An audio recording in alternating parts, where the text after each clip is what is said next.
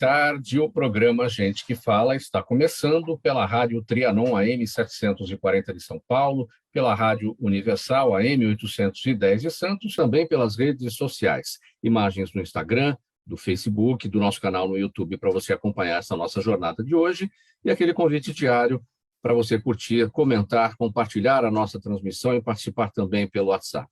973350038 é o número, 973350038.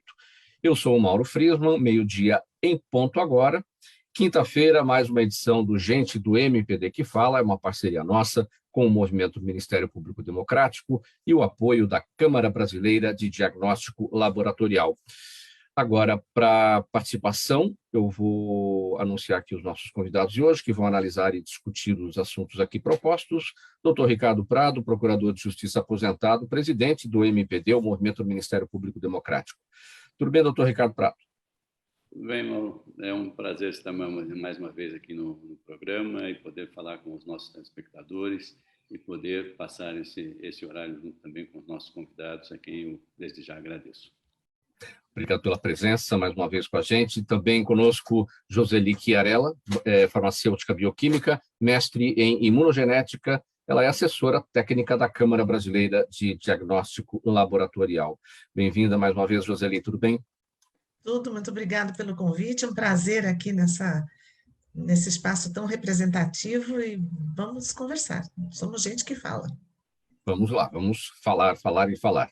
Doutor Jorge Manuel Marques Gonçalves, advogado, tudo bem? Bem-vindo, seja bem recebido aqui por todos.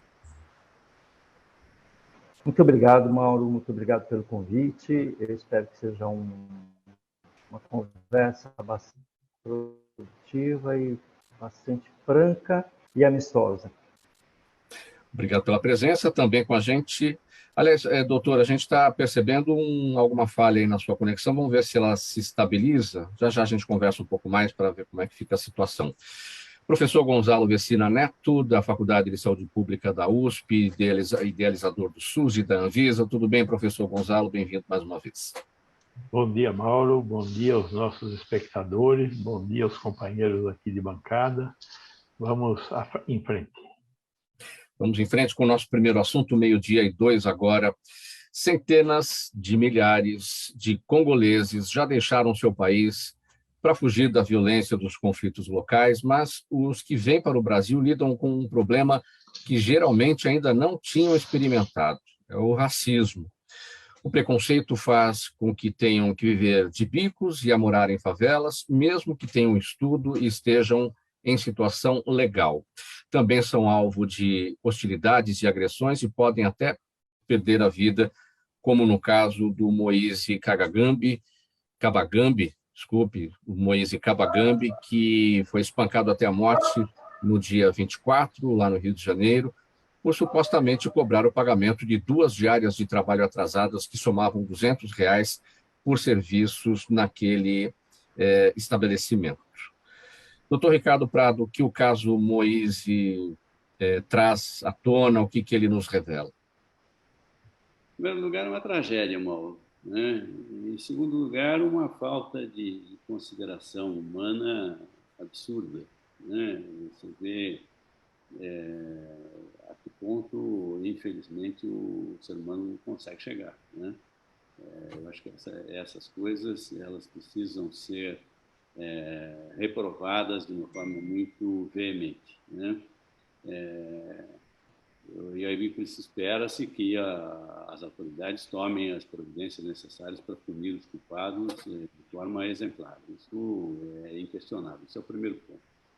O segundo ponto é a questão da comunidade, né, de imigrantes que vêm para o nosso país e que, por vezes, sofre esse tratamento discriminatório, entendeu? Né? E é um problema cultural também muito ruim, né? As pessoas parecem que têm, alguns parecem que têm medo da concorrência, né? E você precisa tomar providências para melhorar esse tipo de situação, né? É lógico que o problema passa por um forte traço cultural, mas também são necessárias medidas, às vezes legais, e medidas administrativas dos governos para tentar reduzir esse problema, entendeu? Né? E conseguir integrar de uma forma melhor essa população, porque os estrangeiros, na verdade, enriquecem o país. Né? Nós somos um país que foi colonizado por estrangeiros. Né? A população originária daqui eram os povos indígenas. Né? Muitos de nós aqui são descendentes de imigrantes, entendeu? Né? Então, não há nenhuma razão, nenhum fundamento para você tratar mal essas pessoas que vieram depois, entendeu? Né? Então, eu acho que é preciso que isso seja colocado de uma forma muito clara, né? E que as providências sejam tomadas para punir o que está acontecendo, o que aconteceu e o que muitas vezes esse tratamento discriminatório que é recebido por essas pessoas. Doutor Jorge Manuel Gonçalves, o doutor Ricardo Prado destacou bem, né, a participação, a presença dos estrangeiros na nossa composição, na nossa construção de Brasil, né? O que acontece, o que esse episódio revela, a gente, né, com tantas dívidas em relação aos estrangeiros, por tudo que nos proporcionaram, e ainda uma situação como essa com o Moise.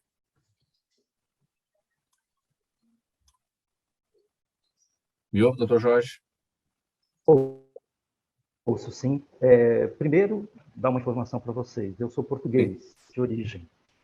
Então, é óbvio que o Brasil tem um papel importantíssimo para acolher um histórico de acolhimento de pessoas das mais variadas nacionalidades, e eu nunca me senti discriminado aqui, de forma alguma, e fico muito feliz em ter compartilhado a maior parte da minha vida com essa minha existência no Brasil. Estranho, efetivamente, que essa característica brasileira vai se perdendo, ou se perdeu nesse caso específico, né? Porque não faz nem sentido tratar um estrangeiro, ainda mais quem busca melhores condições de vida. Normalmente as pessoas mudam de país por causa disso, né? Tratar de forma discriminatória, de forma absurda, não acho que não há uma outra palavra, não sei, desumana, uma atitude desumana, absurda no tratamento a esse rapaz. Eu espero que sejam punidos de forma dentro da lei, né, dentro do que a norma prevê, mas é um sintoma muito ruim em termos de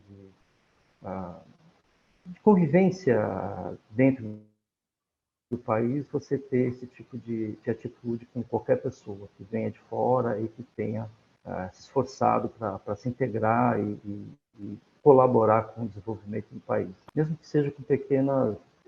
aparentemente ele era atendia, né, num quiosque, ou seja, por mais simples que seja o trabalho, eu acho que sempre são pessoas que estão querendo colaborar com o país. Fico muito aborrecido mesmo com essa situação.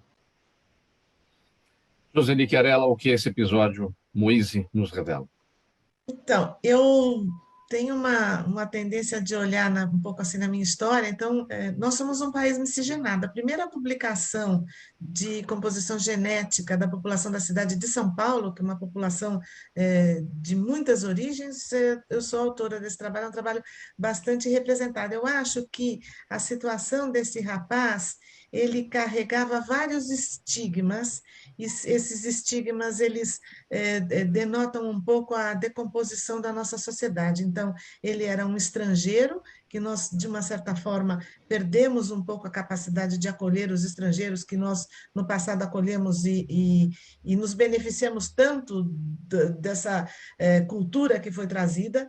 Ele era negro, e eu acho que isso tem um fator, uma força gigantesca, e ele era um morador de comunidade. Então, eu acho que esses três estigmas e essa incapacidade que a gente está vendo na população brasileira de ter um pouco de compaixão e de prestar atenção no outro, porque, do ponto de vista da morte, ele ser estrangeiro ou não ser estrangeiro, eu acho que é quase a mesma coisa, porque a gente tem essa situação de repetição de violência, e isso é extremamente, em números mais significativos, na população negra. Então, eu acho que ele carregava esses três estigmas: estrangeiro, negro e morador de comunidade. É uma pena que a gente está tomando atitudes tão condenáveis, né? Eu espero que algo aconteça, né, para que essas essas situações não se repitam. Professor Gonzalo, seu olhar sobre esse tema, o que tudo isso nos revela? Eu peço desculpas aqui para ter uma visão um pouco mais radical em relação a essa questão. Primeiro, eu acho que tem algo que o mundo tem que ter consciência de, que é o que o mundo fez com a África. O Congo era uma colônia belga que era de um rei lá, que exterminou 10 milhões de congoleses enquanto esteve o Congo sob domínio dos belgas. Os belgas foram criaram uma das colônias onde mais se ensanguentou a África. Aí o Congo se libertou em 1960, o primeiro presidente, Patrice Lumumba, foi assassinado pelos belgas em conjunto com os americanos. Ele era meio de esquerda. Aí o poder foi entregue para um ditador que passou 35 anos governando o Congo. Quando ele se libertou, começou uma guerra interna, uma guerra civil, que dura até hoje, e disso que os congoleses estão fugindo para o mundo inteiro. Existem congoleses hoje fugindo dessa situação de guerra lá. A culpa de tudo isso é nossa, é do Ocidente. Fomos nós que destruímos a África. Da onde toda a população do mundo surgiu. É bom lembrar que o mundo surgiu da África. Todos nós somos descendentes de uma mãe africana. Todos. Independente da cor. Pois bem, esse é o primeiro ponto. O segundo ponto é como é que a gente fala nesse povo bom, etc., que mata pessoas na rua com pauladas e praticamente ninguém intervém. Qual é o problema que o Brasil tem? O Brasil tem dois problemas. Nós não temos uma noção de cidadania. E por que nós não temos uma noção de cidadania? Porque nós não somos educados. Falta educação para o povo brasileiro. E nós passamos agora 2 anos sem deixar as nossas crianças irem para a escola. Educação constrói cidadania e civilização. O Brasil é um país incivilizado, estruturalmente racista, o último país escravocrata do mundo e que continua tendo esses mesmos problemas. Veja, nessa semana que nós vimos o caso do Moisés, lá no Rio Grande do Norte, tivemos uma senhora que passou 35 anos em regime similar à escravidão na casa de alguém. Quantas pessoas não existem hoje que ainda tem uma empregada que dorme em casa? O que é uma empregada que dorme em casa? Olha, precisamos nos educar. E a terceira questão é a questão da impunidade. Porque se houvesse a percepção de que não iriam ficar impunes, um dos 3 caras, o que deu a chave de perna no congolês e iniciou a surra nele, disse: eu estou com a minha consciência tranquila. Isto é impunidade. O direito no Brasil funciona de forma a deixar as pessoas impunes. Então, acho que essas 3 coisas a gente precisa refletir. Não tem solução de curto prazo para isso. Então, doutor Vecina, nós temos a culpa pela morte do Moise, pela nossa impunidade, pela nossa incivilidade, mas, antes de tudo, pelo que ocorre com o Congo, ou seja, os motivos todos lá pelos quais eles são obrigados a sair de lá e procurar em outros lugares, no caso do Moise, aqui o Brasil. O mundo está conectado, não tem saída. O que acontece na Amazônia não é um problema brasileiro, é um problema mundial, porque é uma reserva de oxigênio do mundo. O que acontece na África é de responsabilidade de todos nós, sim. E o que foi feito com os povos africanos nos últimos 500 anos é responsabilidade de toda a humanidade. Nós temos que ter isso muito claro. Não existem pessoas e países, existe um mundo. 12h15 no programa Gente que Fala, edição de quinta-feira, é o Gente do MPD que Fala, parceria nossa com o movimento do Ministério Público Democrático, o apoio da Câmara Brasileira de Diagnóstico Laboratorial, e a gente vai seguir para o nosso próximo tema por aqui. Após o WhatsApp ter sido usado para distribuição em massa de fake news na disputa de 2018, o Tribunal Superior Eleitoral pretende aprimorar uma ferramenta criada em parceria com um aplicativo para denunciar esse tipo de prática nas eleições deste ano. Essa ferramenta será uma versão melhorada do serviço que já funcionou nas eleições municipais de 2020 e será lançada no momento em que a Justiça Eleitoral avalia suspender o funcionamento de outro aplicativo de mensagens, o Telegram, por causa da falta de colaboração no combate às informações. Doutor Jorge, eu começo esse tema com o senhor. Pelo que a gente tem aqui já de informações a respeito dessa ferramenta, quem receber mensagens suspeitas vai preencher, poderá, né, preencher um formulário no site da Justiça Eleitoral, e aí aquele conteúdo, se for considerado como disparo ilegal de campanha, o tribunal pode pedir que o WhatsApp exclua a conta, e se tiver alguma relação direta com a campanha, a candidatura pode sofrer sanções. Bom, ponto 1. A velocidade do TSE para trabalhar nisso. Se eles terão essa velocidade ou não. E depois, uma vez tudo isso já transmitido pelo WhatsApp, o estrago está feito. Então tem que ter punição, né? Então são 2 pontos aqui bem sensíveis para a gente avaliar. Primeiro, o TSE, a legislação eleitoral, ela é muito mais, ela prevê mecanismos muito mais rápidos de apuração e punição. Durante as eleições, em uma semana, normalmente, você já tem algumas deliberações, algumas sentenças proibindo determinadas condutas. Então, eu acredito que o TSE está aparelhado para efetivamente coibir esses disparos em grande volume. O que me preocupa um pouco é que a gente tem, desde a eleição passada, pelo menos, de 2018, um volume monstruoso de fake news, né? E isso eu acho que atenta contra a democracia. Acho que a mentira, todo tipo de tentativa de enganar o eleitor é prejudicial à democracia. Então, eu realmente fico muito preocupado se, apesar de toda essa agilidade do TSE, se as nossas eleições não serão, de alguma forma, maculadas ou tingidas por algum tipo de má-fé. Então, isso me preocupa.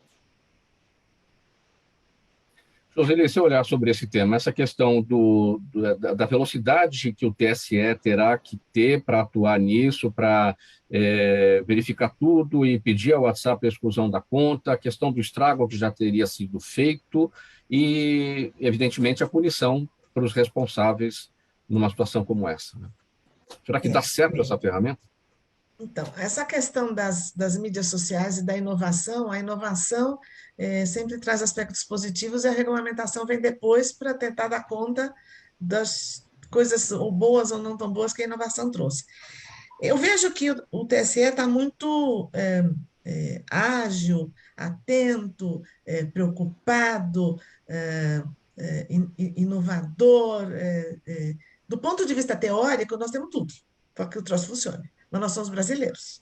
E nós sabemos que nem sempre as coisas na teoria, na prática, elas se concluem. Então, assim, eu tenho uma experiência, isso que o doutor Jorge Gonçalves falou, da celeridade da questão das punições, tal. Como eu tenho um jornalista em casa, eu sei como isso é um desafio para os jornalistas que têm que estar atento naquilo que vai e a reação, o direito de resposta. Agora, a velocidade das mídias sociais e o alcance das mídias sociais, perto de um alcance do que era o rádio sozinho anteriormente, é uma tsunami, né? E por mais que a teoria esteja preparada para dar conta no recado, a gente só vai saber na prática. E eu acho que o impacto daquilo que, e agora já foi, ou o impacto de coisas que o peso do isto foi correto ou isso não foi correto, de você também corre o risco de tirar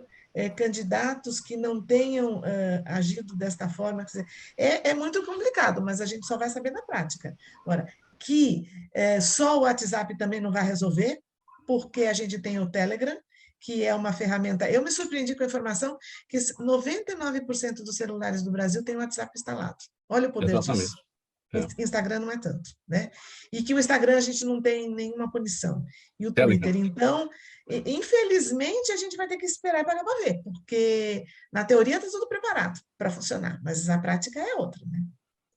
Professor Gonzalo, seu olhar sobre esse tema, como destacou a Joseli. Nossa, Joseli, desculpe. A teoria é uma coisa, a prática é outra. A Joseli está absolutamente correta, né? Quer dizer, quem assistiu nas eleições últimas aqui, esses vídeos, por exemplo, com as mamadeiras de piroca, né? Acho que todos tiveram oportunidade de ver essa barbaridade, sabe do que poderá acontecer agora, né? Essa semana tem um registro interessante. Em todas as mídias sociais aí, apareceu um vídeo do Bolsonaro comendo frango com farofa, sei lá o quê, todo sujo, farofa na calça, e ele passando a mão e tal, né? Aquilo parecia uma coisa de povo, né? O presidente é um homem do povo. Agora, se você afastasse um pouco, como aconteceu de eu ver um vídeo que filmava o que estava sendo filmado, tinha um estúdio montado em torno do Bolsonaro. Ou seja, aquilo era uma propaganda eleitoral sendo produzida.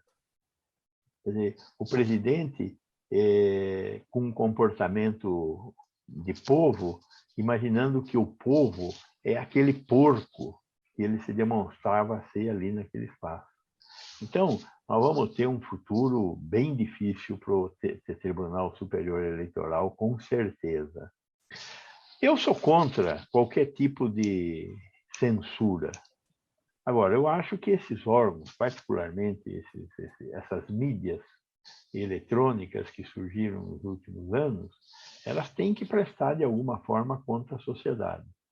Se o Telegram não tem estrutura jurídica no Brasil, ele será incapaz de prestar respeito às nossas instituições. Neste caso, eu sou favorável ao banimento do Telegram do Brasil. E o brasileiro, doutor Ricardo Prado, tem uma capacidade, né, de driblar as coisas. Olha, não dá para ir por lá, nós vamos por aqui, vai tentando achar os caminhos. Se não é o Telegram, vai encontrar um outro mensageiro. Né? Mas você tem esses instrumentos, né, de capacidade nacional, eles ainda são restritos, né, Mauro? São todos de grandes empresas, grandes multinacionais. Então, agora, elas precisam se sujeitar à legislação nacional, isso não há dúvida. Eu acho que se o aplicativo não tem pessoa jurídica responsável aqui no Brasil, a legislação permite que seja excluído, com certeza.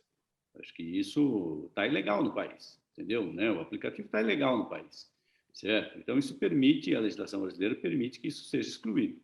É óbvio, o problema é que esses aplicativos têm uma atuação positiva para muita gente, né? Quer dizer, existe o lado de desenvolvimento que essas ferramentas trazem e que é inegável. Né? Quer dizer, nós tivemos, a Justiça teve muito problema com o WhatsApp no começo, questão de investigações criminais, etc. E volta e meia, às vezes você tinha a sentença do juiz suspendendo o funcionamento do WhatsApp, e isso cria um problema para a população. Então, depois que você incorpora essas ferramentas no dia a dia, você retirá-las é um processo traumático, é um processo complicado. Nós vamos ter realmente uma eleição que deve ser complicada, entendeu? Né? o mundo político tem essas distorções, na verdade, que criam uma história absolutamente fora da realidade, muitas vezes, nas suas visões de mundo, né? Então, ele apresenta o adversário como se fosse um ET, né? Como se fosse um extraterrestre, na verdade, de uma maneira completamente deturpada. E realmente isso é um problema que eu acho que você só tem uma solução, é investir em educação do povo. As pessoas precisam ter juízo crítico, certo? As pessoas precisam aprender a não acreditar em tudo que ouvem, certo? Quer dizer, o fulano falou, entendeu? E daí? Certo? Vamos ver se o resto das pessoas também estão falando, se aqueles que realmente estudaram o assunto estão falando, entendeu? Né? E não passar para frente essas coisas com a facilidade como as pessoas remetem isso pelo WhatsApp, pelas redes sociais, etc. As pessoas precisam ter um pouco mais de juízo crítico sobre isso, entendeu? E levar em consideração uma questão importante também, né? Políticas são grupos. Você precisa ver quem está junto com o candidato. Não é só o candidato, entendeu? Né? Quem está junto com o candidato. Qual é o grupo dele, quais são os interesses do grupo dele, né? Para você poder tomar uma decisão que seja mais de acordo com o seu pensamento, com a maneira como você acha que o mundo deve ser administrado e por aí para frente. Doutor Ricardo Prado, a gente já tratou por diversas vezes sobre essa questão aqui. Muita gente, às vezes, recebe um determinado conteúdo no WhatsApp, até identifica que aquilo é fake news e passa adiante, como se diz, eu quero ver o que vai acontecer, quero ver o circo pegar fogo, né? Então, tem muita gente que age dessa forma por má fé, desonestidade intelectual, enfim. Então, é aí a questão da educação, a questão da cultura. Não é? Fechado seu microfone? Agora Com certeza, Mauro. É falta de responsabilidade social, né? Quer dizer, isso é falta de cultura, né? Aquilo que o Dr. Gonçalo falou no começo, é falta de civilidade, entendeu? Né? O ser humano, originariamente, é um animal, certo? Ele precisa de mecanismos de controle, né? A sociedade foi desenvolvendo mecanismos de controle exatamente para você fazer frente a essa violência que é inata a qualquer pessoa. Qualquer ser humano pode matar alguém, né? Pode bater em alguém, pode machucar alguém. Entendeu? Por que você não faz isso? Você não faz isso porque você foi ensinado a não fazer, né? Você foi educado para não fazer, né? A não ser que você esteja sendo atacado, entendeu? Que você esteja sob perigo e etc, para proteger a vida de alguém, né? Você não toma uma atitude dessa, certo? Mas tem uma parte da população que ainda não compreendeu isso, né? Ainda não entendeu isso. Então, realmente, as pessoas precisam ser educadas, ou então você tem que fazer o quê? Ou você acaba tendo que colocar na cadeia.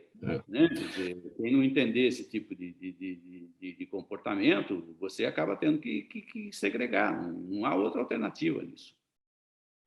Joseli, você destacou que tem um jornalista em casa, né? E muito se fala, né? As pessoas devem checar aquela informação que receberam no WhatsApp para ver se é verdade ou não, passa para frente ou não, tem que tomar o cuidado e tal. Imagina a gente aqui, nós, jornalistas, você sabe bem, porque você tem um jornalista em casa, a dificuldade que nós temos, o trabalho que nós temos para checar determinada informação com todas as fontes, às vezes fica uma ponta solta, e aí você não pode publicar, não pode veicular, porque falta ainda a checagem total, né?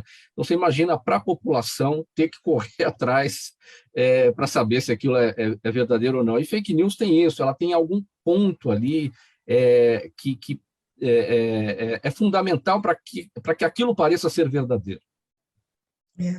Eu, em alguns grupos, né, porque todo mundo tem o grupo da turma da faculdade, o grupo da família, não sei o quê.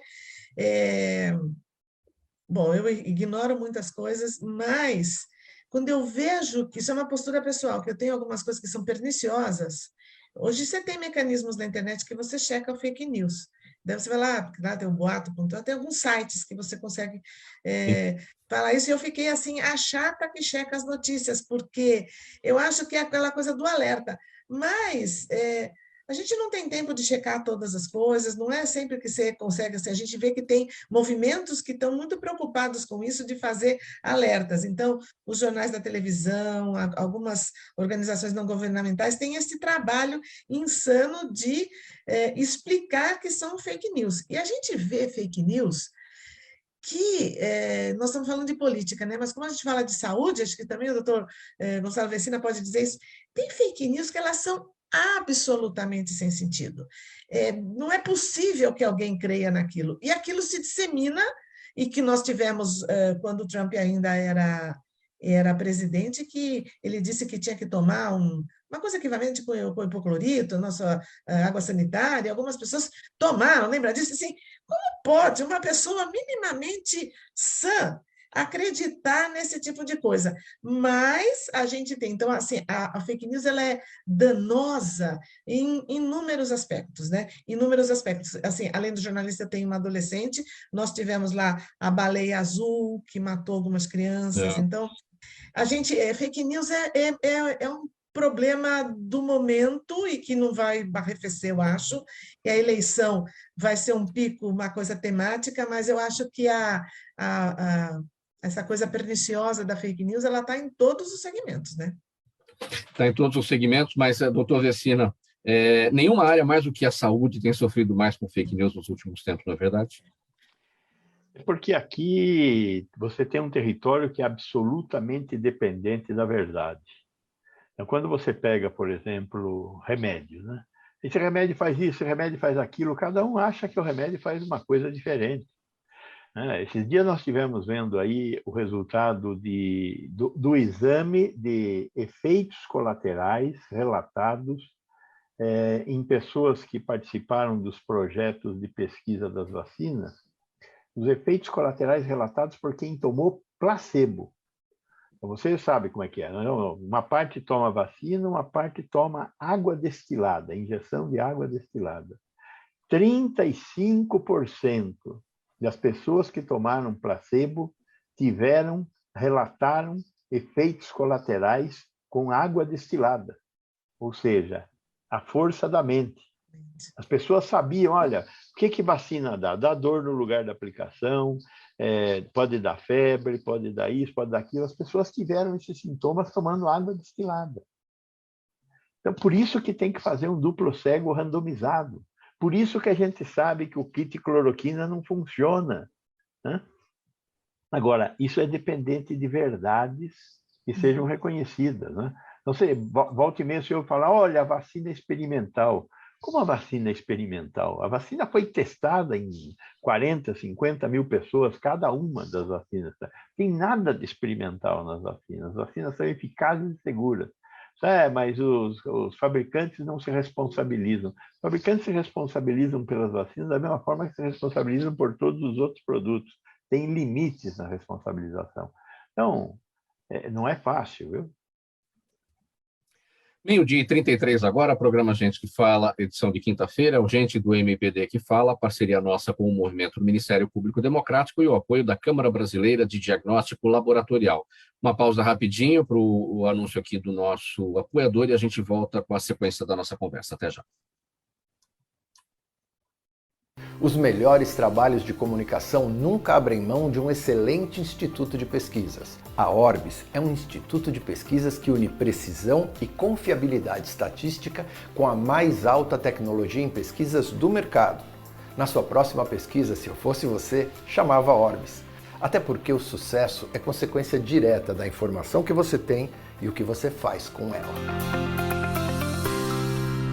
Faltando 27 minutos para 13h, o programa Gente que Fala continua por aqui. Programa Gente do MPD que Fala, parceria nossa com o Movimento do Ministério Público Democrático e o apoio da Câmara Brasileira de Diagnóstico Laboratorial.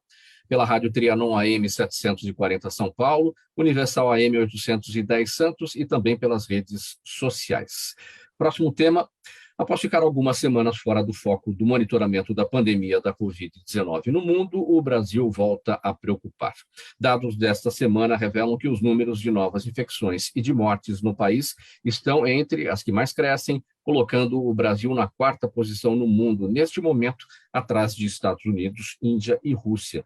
Só que enquanto esses países enfrentam um quadro de estabilidade, aqui no Brasil os números vêm quase dobrando a cada semana, com forte tendência de alta. E, além disso, a falta de testes e o site do Ministério da Saúde, que registra esses dados, segue instável e apresentando falhas desde dezembro. Professor Vecina, para onde caminhamos, não sabemos. Sabemos como caminhamos, né? De máscara, de mãos limpas, higienizadas com álcool, vacina no braço, distanciamento social. Mas para onde, com esses dados todos agora que estão aos nossos olhos? Existem vários cenários, mas tem um cenário que diz que nós caminhamos para o fim. Precisamos entender que esses países que agora estão um pouco melhores do que estavam, eles já passaram por isso. A Omicron tem uma característica que é a rapidez com a qual ela se dissemina. Então, quando você olha para a primeira onda que o Brasil teve, lá com a variante original de Wuhan, essa primeira onda demorou 6 ou 7 meses. Aí vamos à segunda onda, que foi terrível. A primeira onda matou 200 mil pessoas, a segunda onda matou 400 mil pessoas. Foi a onda da Gama. Ela durou 9 meses. No pico, matava 3 mil pessoas em média móvel diária. Agora nós estamos vivendo a Omicron. A Omicron agora está chegando em 800 casos mortes por dia. 1/3, ou menos, do que foi o pico da Gama. Em número de casos, o que nós estamos vendo hoje é 4 vezes maior do que o número de casos, apesar do subregistro, tudo, mantidas as mesmas condições, nós tínhamos 4 vezes menos casos, 3 vezes mais mortes. O que nós vamos assistir com a Omicron? O que nós assistimos na Europa e na África? Um pico violentíssimo, que é o que nós estamos vendo agora. E o que acontece quando acontece esse pico violentíssimo? A Omicron encontra todos os que não se vacinaram e os que estão suscetíveis de ter a doença, principalmente os portadores de comorbidade. Então, aqueles que não se vacinaram, tem aí ainda as crianças, tem os jovens, por isso nós estamos vendo um aumento de casos em crianças e jovens, porque são os não vacinados. E nós temos os negacionistas e temos as pessoas que têm comorbidade. A vacina não protege contra não ter a doença, a vacina protege contra não ter doença grave e morte. Então, neste momento, o que nós estamos assistindo é uma explosão de casos. Por que tem uma explosão de casos? Porque muitos são suscetíveis. Quanto tempo dura esse estoque de vida? Depende da capacidade de acometer a doença. Como ela é muito alta, a doença deve consumir muito rapidamente os suscetíveis. Então, o que demorou 9 meses com a Gama, vai demorar 8 semanas com a Omicron. A Omicron começou aqui no Brasil em janeiro, bravo mesmo em janeiro. Provavelmente, até o final de fevereiro, ela deverá ter feito o seu serviço. Já começa a cair o número de casos no município de São Paulo.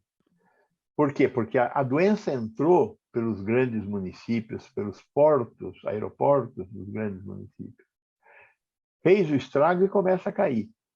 Agora está indo para o interior e está chegando nos estados mais distantes. Então, a expectativa nossa é que o ciclo todo da Omicron dure de 6 a 8 semanas a contar de 1º de janeiro. Se não surgir nenhuma variante nova, passamos à fase endêmica da pandemia. Vamos continuar convivendo com a doença, ela vai continuar achando suscetíveis, mas um número muito menor de casos, com muito menor gravidade. Doutor Vecina, sobre essa situação de novas variantes, cepas que vão surgindo, termina uma e começa outra. Eu me lembro de uma participação sua aqui, o senhor chegou a dizer assim, o vírus, ele tem lá os seus direitos, né? Ele quer sobreviver, ele quer circular, ele quer estar presente entre nós, ele faz de todo o possível para isso. E ele, pensando que para isso acontecer, para que ele garanta os seus direitos, ele não pode matar o hospedeiro. Isso explica essa situação de uma variante mais fraca, menos contagiosa, digamos assim, porém mais rápida na sua transmissão? Do ponto de vista do vírus, espalhar mais e matar menos é muito bom, e ele está conseguindo fazer isso. A probabilidade da ocorrência de uma nova variante diminui por causa da perfeição da Ômicron. A Ômicron alcançou um estágio de perfeição com o número de mutações que ele tem lá dentro, que é muito difícil que ocorra uma variante melhor do que a Ômicron. Estão ocorrendo variantes, né? Já tem a variante que está circulando aqui no Brasil, é a Ômicron B1. Na Dinamarca tem a Ômicron B2, um pouquinho diferente da Ômicron B1. Então, variantes continuam surgindo todo dia. Só que elas não conseguem se sobrepor à variante Ômicron B1. A Ômicron B1 é muito mais eficaz. Portanto, ela tende a continuar no mercado até surgir uma nova. Qual é a chance de surgir uma nova? Do ponto de vista probabilístico, é um número imenso. Mas do ponto de vista da capacidade de reproduzir um erro que seja melhor do que a Ômicron, é muito, muito mais difícil. Por isso que há uma certa esperança de que nós estejamos chegando ao fim da pandemia tal qual ela se apresenta agora. Passaremos a esse estágio da endemia, que é muito difícil de definir o que é uma endemia, mas provavelmente é o que nós iremos viver a partir de março. Pois é, nesse sentido da endemia, eu vou jogar aqui para a Joseli. Tem alguns países que já tratam dessa maneira, né? Uma situação endêmica e não mais pandêmica, né? Isso confunde a população de uma maneira geral. Olha, não é mais uma pandemia, está num outro estágio, está diminuindo. E aí, pedagogicamente, qual é o efeito disso, Joseli? Bom, a gente teve aqui uma alfabetização de diagnóstico de doença, de saúde pública, então a gente vê a população de maneira geral com conhecimento que ela não tinha antes da pandemia, se envolvendo em termos, em terminologias, tal, que eram restritas aos grupos diretamente envolvidos com isso. Então, a gente vê que a gente aumentou o conhecimento da população, o que é bastante importante isso. Eu acho que para a população, a definição se é pandêmico, se é endêmico, ele não tem importância. Acho que para a população interessa, de fato, se vai mais gente para o hospital, se vai menos gente para o hospital. E aqui no Brasil, nós sempre tratamos mal as viroses, porque a gente aqui ouviu a vida inteira, tem uma febre, isso aqui é a virose. Ninguém nunca se preocupou em identificar a virose, quer dizer, nem a influenza, a gente teve alguns episódios. Agora que a gente teve a Covid e que a identificação da Covid é importante porque é um vírus respiratório e manter o indivíduo isolado é importante para você controlar a pandemia, e a gente passou, então, a conhecer mais sobre testes diagnósticos que são capazes de identificar isso. Então, eu acho que é importante que a população, quando a gente atingir esse estágio de pandemia e de endemia, e a informação só virá depois, porque a gente precisa esperar para ter certeza que a gente tem uma situação endêmica. Situação endêmica é aquela que um certo número de casos acontece ou sim na população, e vamos convivendo com isso, que é uma situação um pouco parecida com o que a gente tem com a gripe todos os anos, né? Agora, a gente tem que lembrar que para a gente ter todas essas definições aqui, a gente aprende muito com as experiências dos outros países, porque eles passam por algumas situações antes do Brasil, e a gente teria a possibilidade até de usar mais esse conhecimento, e tem sistemas de saúde mais organizados. Nós somos o país que menos testa. Então, isto também é uma coisa bastante impactante. Em termos de número de testes, nós somos o país que menos testa. Quer dizer, este gráfico que a gente vê de número de casos, que é vertiginosa a subida, ele leva em conta o fato de que a gente teve um desabastecimento gigantesco no mês de janeiro, que coincidiu com o mês que a gente precisava ter os números, ter acesso aos testes de maneira mais fluida, nós não tivemos. Agora tem a regulamentação dos autotestes, que nós não vamos entrar nesse assunto, que ele ainda pode ser mais complexo, mas nós testamos pouco. Então, a gente tem que esperar esta queda da Ômicron, esperar um tempo que não surja uma pandemia, identificar que a gente continua tendo alguns casos de morte por Covid, porque nós tivemos também, que nós somos sortudos e premiados aqui em São Paulo nós tivemos influenza, nem em São Paulo e no Rio de Janeiro. Então, diagnóstico diferencial de virose é super importante para o acompanhamento da pandemia, porque daqui a pouco nós estamos no inverno, que é o período que a gente costuma ter a síndrome respiratória grave, causada pela influenza. Mas nós vamos ter que saber, então, no próximo inverno, a gente vai ter um certo número de casos, mais alto ou mais baixo, causada por que virose? Vírus sincicial respiratório? Influenza? E as pessoas... Então, desculpe, as pessoas dizem assim, o que você tem? Eu estou com uma virose, né? Achando que a virose é a doença. A virose é o nome pelo qual a gente chama um vírus que a gente não sabe qual é, e por que não vamos atrás disso para saber que vírus é.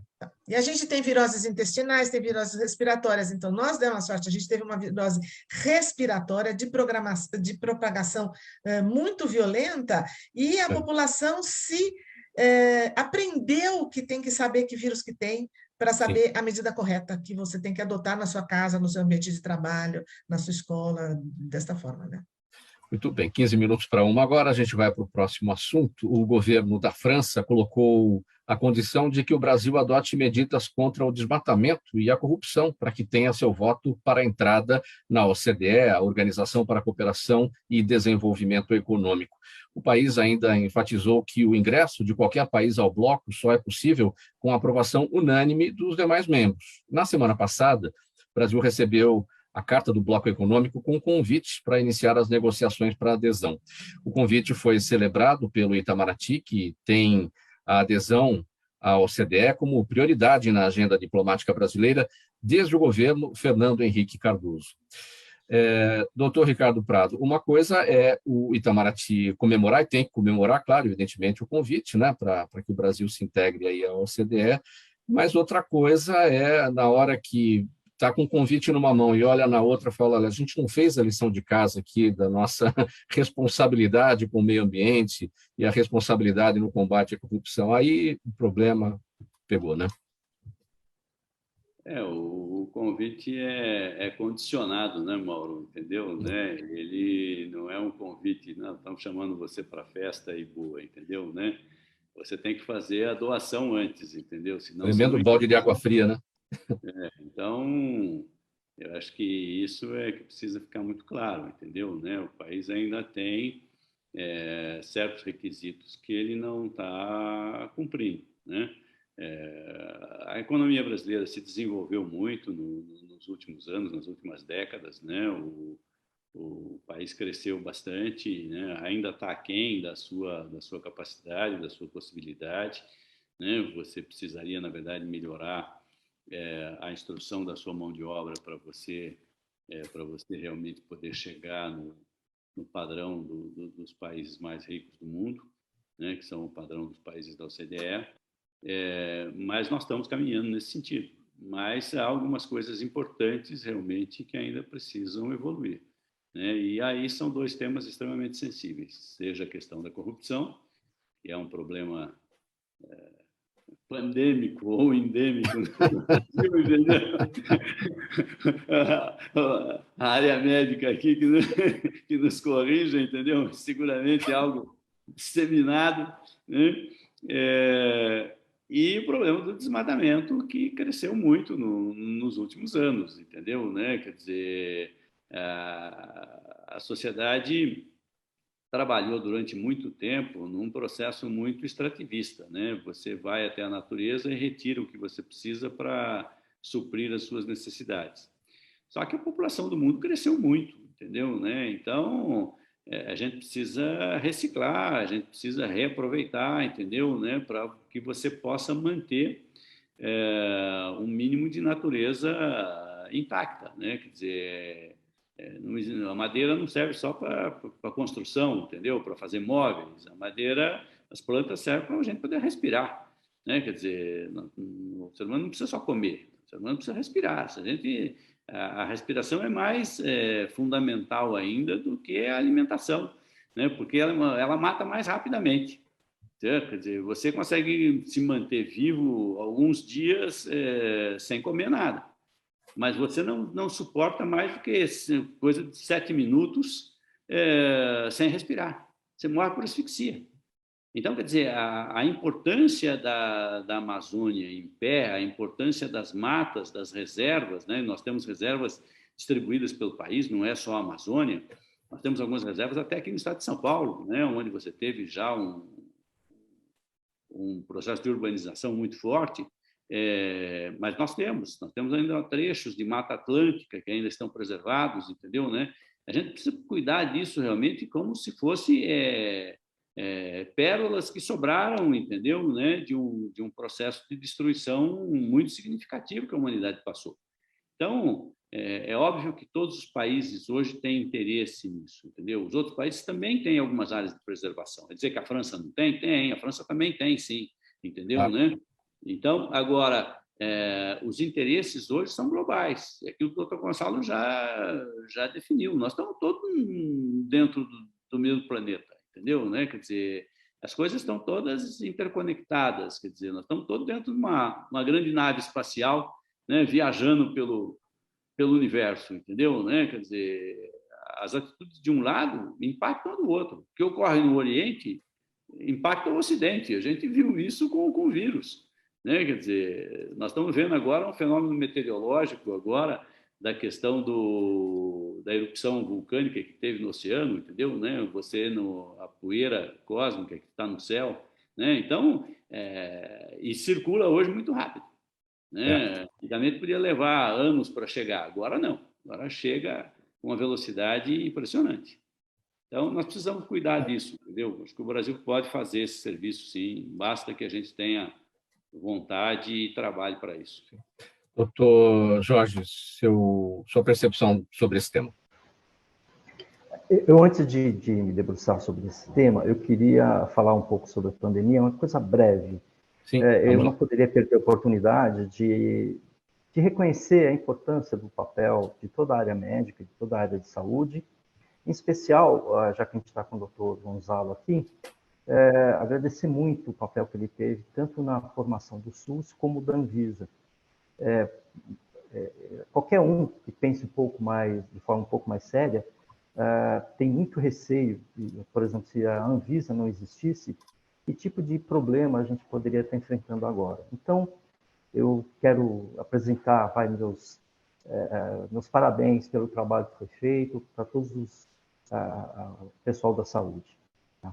Com relação especificamente a esse convite ao governo, né, ao país, realmente a parte de corrupção, a gente teve uma regressão bastante grande nos últimos anos, né, com mudança de algumas leis que previam a punição rápida e bastante adequada a quem tivesse algum tipo de desvio de conduta na condução da coisa pública. E com relação ao desmatamento, eu acho que a gente também tem um caminho longo a percorrer, porque também com o ex-ministro do